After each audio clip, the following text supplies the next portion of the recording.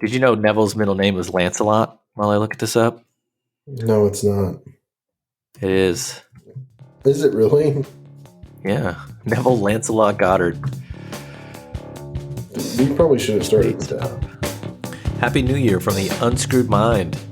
Coming up on episode 10, we're talking about Neville Lancelot Goddard. So sit back, relax, and enjoy the show. Have you heard the one about the walnut and the beans inside the glass jar? Have you seen that one? Tell me. Dude, so this speaker's on stage, and it's all about how people who start with nothing, how can they go as far or be as successful as someone who starts out with all the advantages? And so the picture that they draw is this picture of making, the goal is you need to make yourself in your mind as big as you can, or as big as you want to be. And so in this jar, you put walnuts and you put beans. And life is vibration, right? Everything out there is energy. And as you shake this glass container, this glass jar, you can see that the big walnuts rise to the top and all the beans fall to the bottom. Okay. And so you have someone with big ideas who made themselves big. Then you have someone with tiny ideas who allowed themselves to stay small, and how they separate. And so someone might say, well, what if you take one of the beans and you give it all the advantages of the walnuts on top? So you take a bean, set it on top of the walnuts, and you shake it. And that bean stays small, and eventually it finds itself right back down at the bottom. Same thing with a walnut. Take a walnut, you bury it in the bottom underneath all those beans, and as you shake it, that big walnut finds its way to the top with the other walnuts. And so it's just this vision or a picture of how you see yourself determines where you end up. So are you a walnut or a bean? Is that what you got to ask yourself? The goal is to be a walnut. Right. You know, if you're going through life trying to be a walnut, but you don't see yourself as one, then you're not going to be as successful as someone who sees themselves giant. Yeah. And allows the universe to bring them everything that giant person should have or would have, you know, getting lost in the picture of what you want, having that feeling, and then saying to yourself, it is done or it is finished. And a lot of that would be just really neat reading through it. And, you know, visualization. I saw another video on YouTube today. It was one of those where they have like different videos and cuts of famous people speaking. And then halfway through it cuts into what must have been a TED Talk that talked about how visualization is the key to achieving what you want. She talks about a visualization exercise, which is basically 2 steps. Decide in your mind, picture how it would look, picture how it would feel, and then consciously think of positive emotions where you're associating proud with that picture, or great gratitude with that picture, or happiness with that picture. And then you combine that with Neville saying it is finished at the end, and doing that in a moment of silence or right before bed. That's a measure of success, or that's a formula for success. Yeah. So what podcast number is this, Matthew? This is podcast 10. Ooh, so nice, podcast even round number on the last day of 2020 going into 2021. So we have. Well, no, this is going to be dropping on the first day. Absolutely. Of the new year. Bright and early on New Year's Day. So, Happy New Year to everyone. Happy New Year to the millions and millions of people listening to the Unscrewed Mind podcast on all their favorite podcast stations. Yes. Like and subscribe, please. Right? Mm-hmm. Yeah. Be the first to comment so I can like it. I've been definitely, just studying different law of attraction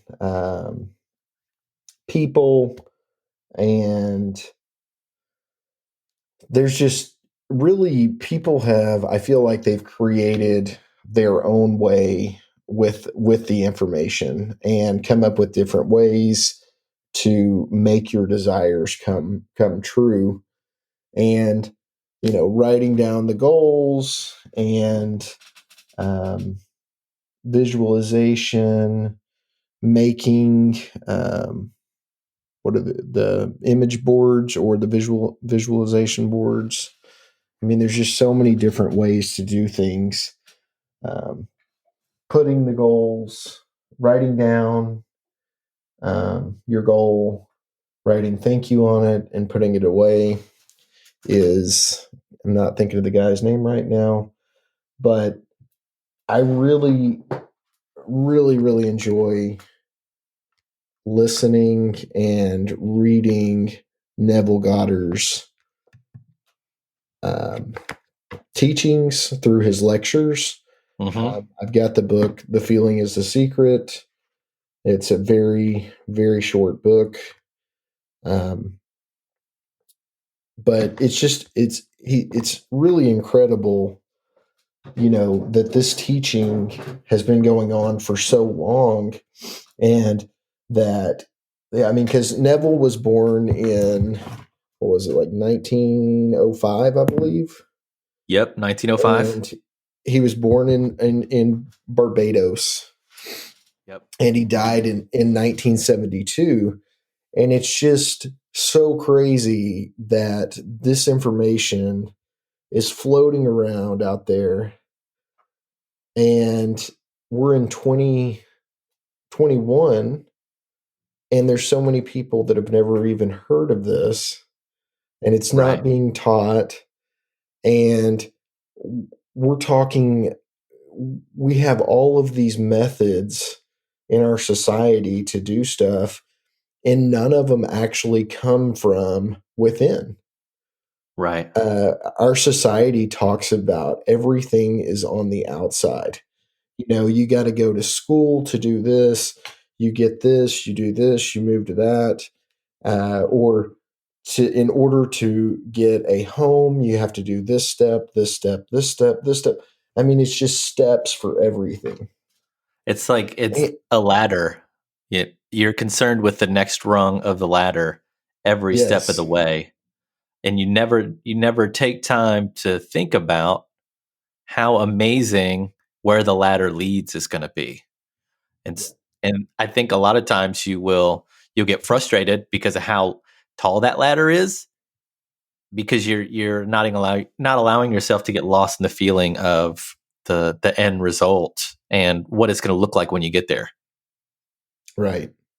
To me, just looking back across my life and thinking about imagining things, and I understand now, why the methods that we use a lot of the times end in the result that you are looking for, and why they don't end the result that you're looking for at the same time. And it comes from Neville's teaching, because the biggest thing that Neville talks about, I think, like the hardest thing that he tries to put across to everyone is The Feeling is the Secret. Like I said, is the name of the book as well.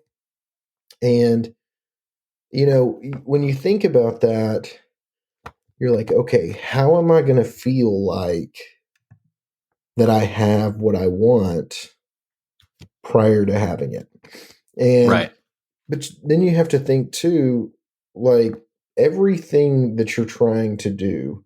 I don't know. I forgot who said this, but basically everything that we do, period, is for love. And it's love of yourself or to get someone else to love you. You want to be able to, if you think about it, if you're wanting a house, if you're wanting a car, if you're wanting to be married, be in a relationship, whatever it is, if you really think about it, you're trying to make yourself feel loved more. If you can think how you felt when you achieve certain things in your life, and the separation of how you would feel with and without that is just not near as big as you might think that it is. I mean, the first day that you get a new car, you may feel overwhelmingly excited and that kind of thing. But on day 2, you're still excited about it, but it's not as big a deal as it was. And then it just becomes part of your life. I think that, the feeling is a lot easier to achieve than what people are making it out to be. And I think that I've actually, I'm the problem on that as well, as I'm thinking that it's going to be totally different than the way that I feel, but at the current moment. So, but I've made huge strides in it. And, Neville's teaching have been so great for me. Every night, when I'm going to bed, I will start imagining, things that I want to happen throughout maybe the next day, or even, late a bigger event later on. And living in the end moment of it, I've come to find out, how I would actually feel. And the more that you repetitively do it, the better that feeling becomes to you, the more understanding you have of what that feeling is going to be like. And so the reason why I mention all this is because Neville basically, his strongest thing is the feeling is a secret. So he says to imagine yourself in the end outcome of what you desire.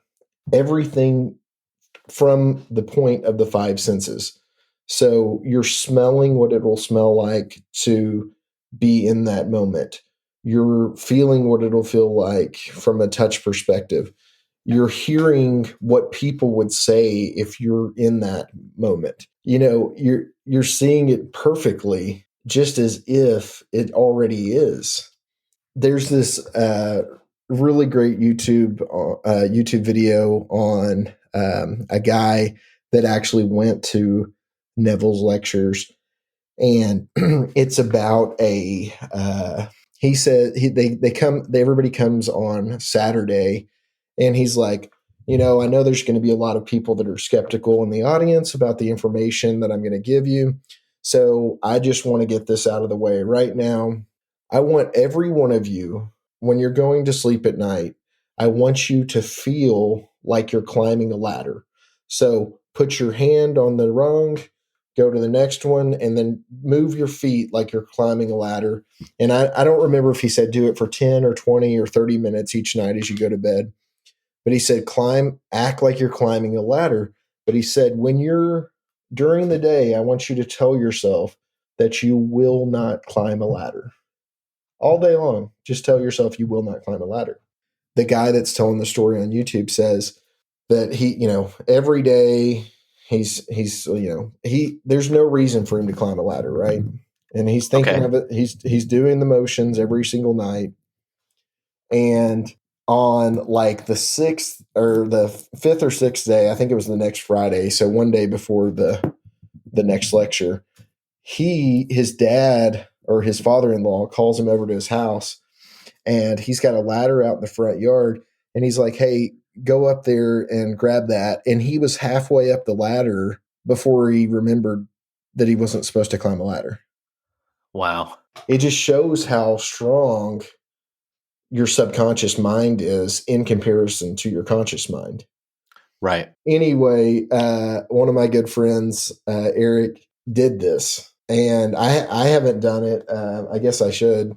But Eric did it every night. And he has LED light bulbs that he had put in his garage like a year and a half prior to this.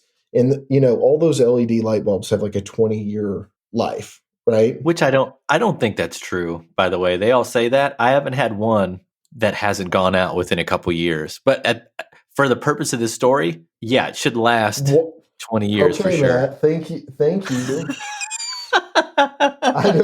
I don't know what that added to it. Thank you. But I will say that everyone that I have bought, I've never had one go out, period. So jeez, Matt is creating a terrible LED light bulb in his life. We now know that. Just your house is the brightest one on the street. All 3 of them go out within 1 week. And so he has to get the ladder out and go up and get him. It was pretty funny. Just hating himself the whole way up the ladder. Yeah. Anyway, the point is Neville is so sure of these teachings that he's starting out a lecture saying, just go do this because I know all of you are going to be skeptical. And the guy said that there was like 30 or 40 people there from the week before that showed up that had all climbed a ladder, and they're all talking about they climbed a ladder, they were trying not to, all that kind of stuff. So I think it's really cool, and it's a great way to show yourself that this is something that is real, and you imagine your reality. And Neville just does an unbelievable job of explaining it, and he goes into Bible verses and describes all of these different Bible verses and what they mean from the perspective of the law of attraction and what they really mean versus what we've always been taught in church. And if you've been in the American society, I'm sure that you've been touched at some point by the Bible. And it's incredible the way that he describes that everything in the Bible, or every person in the Bible, is just a state that you can actually come into. And when something is negative going on in your life, or when you see somebody else and they're doing something and you just don't understand why, you have to understand that they are not necessarily in control, but they're just in a state. So you can move if you are wanting to be, a wealthy person. That's just a state of consciousness, and it's not as much a achievement the same way that we look at it. Does that make sense to you, Matt? Yeah, absolutely. I'm following along. Anybody that hasn't looked into Neville, I think that it is probably the best stuff that's out there. And I think, Matt, you've got there was a couple things that you were telling me. What were you saying about Bob Proctor? Because I know Bob studies it or studied Neville, and Earl Nightingale did as well. But what were you telling me? I just think it's interesting. If you look at any of these, you call them teachers, I guess, maybe mentors. If you look at any of them, that they all got their information from somewhere else. It'd be interesting to look at or find out who was the source of all the information, or maybe God is the source, or the source is the source. But it's interesting if you look at any of these guys, they've all been touched or motivated by someone that came before them. And looking at Neville on Wikipedia, Neville was influenced by several predecessors. The ones that stick out or that were mentioned only because of the other information that I've read. It was like, oh, he got these ideas from this person. One was William Blake, who lived from 1757 to 1827. I tried to find some specific work that he did that might have had an impression on Neville or left an impression. All I could find was that Blake believed wholeheartedly that imagination was the most important element of human existence. And if you listen to Neville or to Bob, imagination, the feeling being the secret, all of that rests on what is the single most impressive aspect of the brain, is its ability to imagine itself doing anything in the universe or being anywhere.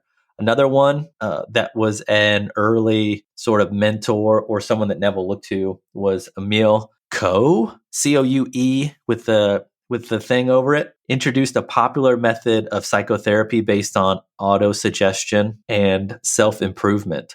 You look at this and you find that before bed or in a state of sleep-like, which is meditation or prayer, you're suggesting to yourself these new thoughts or these new ideas or these new locations, new occupations, end results that you would like to see yourself attain. All of it's in your imagination, and you're trying to impress that upon your subconscious. And then the other person that was very influential in this age, if you're talking about manifesting, you're talking about law of attraction, is this Thompson J. Hudson. You and I talked a lot earlier in 2020. I mean, we talk every day, but one of the guys that you're big on or that you leaned on heavy was Bob Proctor. And I watched a ton of his videos, and he talks a lot about the subconscious and the conscious mind. And all of that comes from Hudson's 3 laws. Basically, the three laws are: man has 2 minds, one objective, which would be your conscious mind, and one subjective, which is your subconscious mind. And if you've listened to any of this information, tell me if either one of these sound familiar. The subjective mind is open and responsive to suggestion, and the subjective mind, which is the subconscious, is incapable of reason. So it believes what you tell it or what an outside influence is telling it. So if you're not careful with your thoughts, if you're not monitoring what you're listening to or what you're watching, your subjective mind is being impressed upon it ideas that maybe aren't in your best interest. And so with these ideas in mind, that the imagination is your greatest tool, that auto-suggestion is a great way to get to self-improvement, and that your subconscious mind only understands what you give it, has no ability to reason and deduct things on its own. You can kind of see where they're following this path to get to the feeling is the secret, or the subconscious mind is the key to the life that you want. Just very, very interesting to kind of follow along and read those things. But the Hudson's 3 laws was huge because I've just heard those ideas in multiple speakers on YouTube and books that I've read and in stuff that I've seen online. And if you look at the books that Neville wrote, I mean, every one of them is basically saying the same thing. Even the titles are almost the same. It's just, he's adding to it and making different statements just because so many people will ignore the fact that, what you imagine and what you think is what you're creating on a daily basis. And, Neville really talks about the Bible a ton, like I was saying, and he talks about God. And, Wayne Dyer, he says, I mean, he's obviously studied Neville as well, but he talks about how, it doesn't matter what you call the inner being inside of you. You can call it, Sally, you can call it the universe, you can call it God, you can call it anything you want, because I don't want anybody that's listening to this to be, caught up on, oh, well, this is Bible teaching, and that's not something that I look into. But I think that anyone that really starts, following the law, I think they'll start to see that there is something that's definitely higher than you at play. You can't really say that there's not a higher being or something that creates everything. And really, that thing is everything. That's the other. You know what I mean? Everything in this reality is one, and it's just so incredible. I mean, I went to a Christian school. I've been to church a lot, and I just really never felt a connection like I do now. Well, I think it's because you've always been looking to connect with something that's outside yourself. Mm-hmm. When you pray, you're talking to someone that's outside yourself. But I think if you let this information turn your awareness around and you go inside instead of looking outside, you can find God in there too. That's where God actually is. And it's interesting when you start thinking about it that way. Like you look to yourself to find the answers, and your larger self kind of gives them to you. I want to back up for a second. Do you think that Neville was the first clickbaiter with his titles?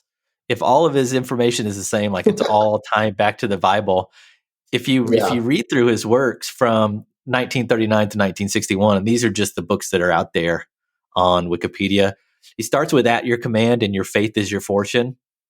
Mm-hmm. And as it passes through, he's changing up the title, but it's almost like he's going back to the same information. He goes with "The feeling is the secret."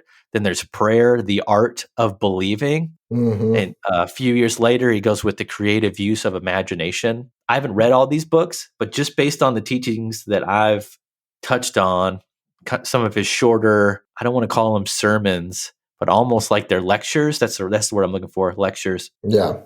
All of them kind of tie back to these same biblical verses. And so he's changing up the title. He's making it appeal to a different audience throughout the decades, but the core information, I'm assuming, is pretty much the same. And so I think he's like the first clickbaiter for the law of attraction. Well, and the thing is too, is, the repetition, the programming, the whatever you want to call it, is so important. That's why, TV shows repeat the same storylines over and over again. And it's because the repetitiveness is what they're trying to get across to you. And the information, I mean, if you look at the information in almost any book, somebody else has written a book that is so similar. And just like this podcast, there's tons of podcasts out there that are conveying very similar information to what we're putting out, or the exact same information, but it has our twist on it, the way that we feel about it, the way that we think about it. And it just adds something for somebody. Somebody's going to be able to hear this from us that they couldn't hear it from somebody else. And that's so exciting to me. That's the most exciting thing about this, because I know what is hit with me from certain people, and I couldn't hear it at all. Like I've mentioned this before, but I call Matt and I'm just like, something will pop with me that I know that we've already talked about, but I just didn't even understand what I was saying. You know what I mean? Like I didn't understand the information. Well, and I'd never heard of Neville Goddard before 6 months ago, but there are multiple YouTube channels and websites dedicated to his lectures and his information. And there are people that make tons of money, get tons of views, have a whole career based around just reading his stuff. And how is it that I'm the last one to a party that has hundreds of millions of people at it? You know what I mean? And it's just because I needed the right person to come along at the right time to point it out to me. And the information is hitting me at just the right time, and it's advancing me to just the right spot so that I can achieve just the right goals. And it's just, it feels divine at times, but it's interesting and it's fun and it's neat to find that next piece of information that you can put in the puzzle and start to see more of the picture. Well, here's a way to think of it too, is how weird is it that you feel like your life has more purpose today, but less stress than it did yesterday? You know what I mean? Like Right. It's not, you would think that, the higher you feel a calling and a purpose, you would think that would be like something that would be anxiety kind of, thinking about what you need to do. But I've just never felt in my life such peace, because I've never felt that everything is going to be okay. Right. Like completely okay. And it's like no twist or turn can happen that I'm not controlling now. And you're bringing in things to your life. And I've started to be able to identify the thoughts and the actions that I have that bring me to things that I don't want.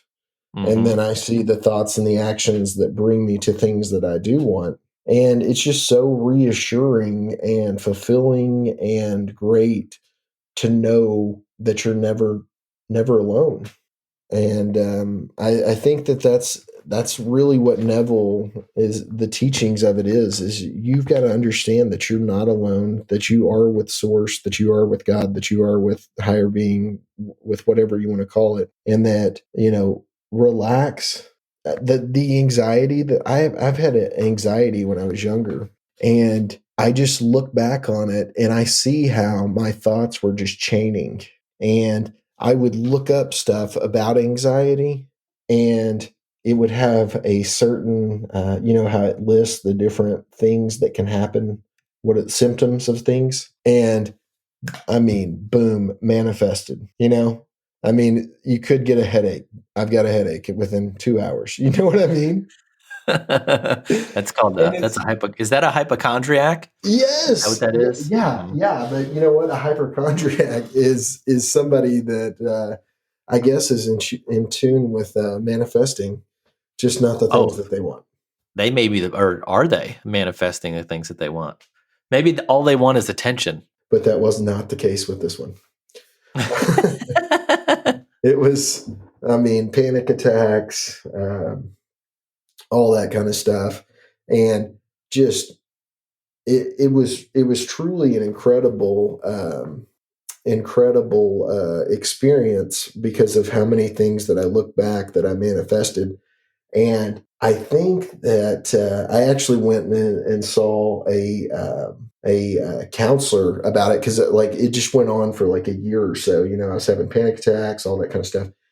This is like my first experience, I think, really connecting with peace, and I Hmm. didn't realize it at the time, but it showed me the power of my mind, but I didn't know how to continue on with that at that time period in my life. But looking back on it, it helps me today.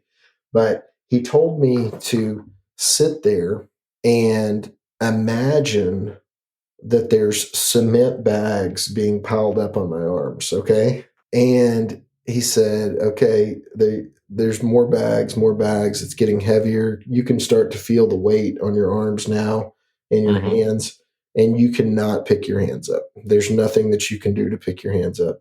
It's almost there, you know, and he goes on with this for like 2 minutes. And I promise you, I could not move either one of my arms Right. when, like, you know what I mean. So that I just look back on that and I think about how crazy it is to think that your mind can tell you that something can't occur, but it goes along with this. I mean, I was imagining that there were cement bags on my hand. You know what I mean, Yeah. sandbags or whatever on my Hmm. arms. So I just think that you know, the main thing for everyone is listen to some Neville lectures. If you don't like listening, Matt prefers to read them. There's Hmm. tons of websites out there with the lectures. You can just Google them, listen to the information, read the information, read it again, listen to it again, read it multiple times. Keep a book on your desk. Go to random pages and read it because you're going to pick up on stuff that you were not aware of the first time, second time, third time. You know, just start thinking about what you want to imagine and start with something small. I mean, we said on the podcast a couple weeks ago about the car, and that was something that I imagined, and it came into existence. Right. The yellow car that was the Oh yeah, the ugly terrible yellow yellow color. Porsche. Yeah. Yeah. Hmm. Yeah. If somebody wasn't listening, I tested out the power of my imagination by wanting a horribly yellow car to be seen in my reality. And I saw it within, I think it was 1 or 2 days. Good stuff. Good stuff. Hey, before we go, I want to talk about just a couple things in what I read on Neville. He cites this affirmation that Robert Millikan used to go from, I guess, a life that was kind of impoverished to a very successful one. And I love this affirmation. I have a lavish, steady, dependable income, consistent with integrity and mutual benefit. And the reason I bring that up is the mutual benefit piece is so important because a lot of people, I think, in their mind have this thought that for them to attain something, someone else has to lose in this competitive life that we live. And that's not the case. In an ever expanding universe, there's room for everyone and everything. And no matter what you get or what you accomplish, it's to your benefit and to the benefit of everyone that's in your reality. Another thing I want to highlight is what Neville said in one of the lectures I read. I know that I am all it takes to scale this mountain. I just think that's a very powerful quote. He goes on to say that and well, actually, I may have just wrote this as just kind of an aside. I can't remember, but you are consciousness, you're creator, and you have the power to bring your dreams into reality. You don't need anyone else. You don't need anything else. You just need your imagination and the feeling, and you can attain everything you want. And I wrote down this simple formula for getting what you want. This is out of Neville's teachings, paraphrased. You can find them online if you want to. But first, you need to identify your desire. Define your objective and set your goal. The more specific, the easier it is to tell when you achieve it, but set your goal. Second thing you need to do is imagine. Not like all the work that it's going to take to achieve that goal. Imagine or construct an event you believe you would encounter at the fulfillment of your desire. So for me, I thought about last year in my current job, I wanted to finish number 1. And this was pre-COVID. And so at the end of the year, there's always this celebration where they hand you an award on stage with the leadership of the company. I had been imagining going to that event and being given a trophy for being and finishing number 1. And that was the celebration. So I was picturing it in my mind. Looking back, I probably wasn't doing a good enough job feeling it, but that's step 1. Step 1, label your desire. Step 2, imagine it. The last thing you need to do is meditate or pray. And what this is immobilizing yourself, either before bed or at a quiet point in the day. Immobilize and feel this event in the here and now. Associate it with an emotion like we talked about. And when you're done, almost like you'd say amen, which means so be it, at the end of a prayer, finish it with a statement of gratitude, thank you, and something along the lines of, it is finished. And that is a simple formula for getting what you want, which is, I think, something that I'm going to follow going into 2021 is I'm going to write down my goals and be specific. But I'm going to write out a very clear, concise event that will take place when that goal is achieved. And I cannot wait to celebrate those moments when they happen, because I think I have faith that it's going to work out this time. I absolutely do. I mean, everything that you've, it sounds like you didn't imagine that it really was, right? Right. This was something that I was trying to visualize without a clear process in my mind or an understanding of how to do it. And I think the gratitude at the end and getting lost in that feeling is almost like abracadabra or the magic word that you say at the end of the spell. I was missing that magical word that put everything into action.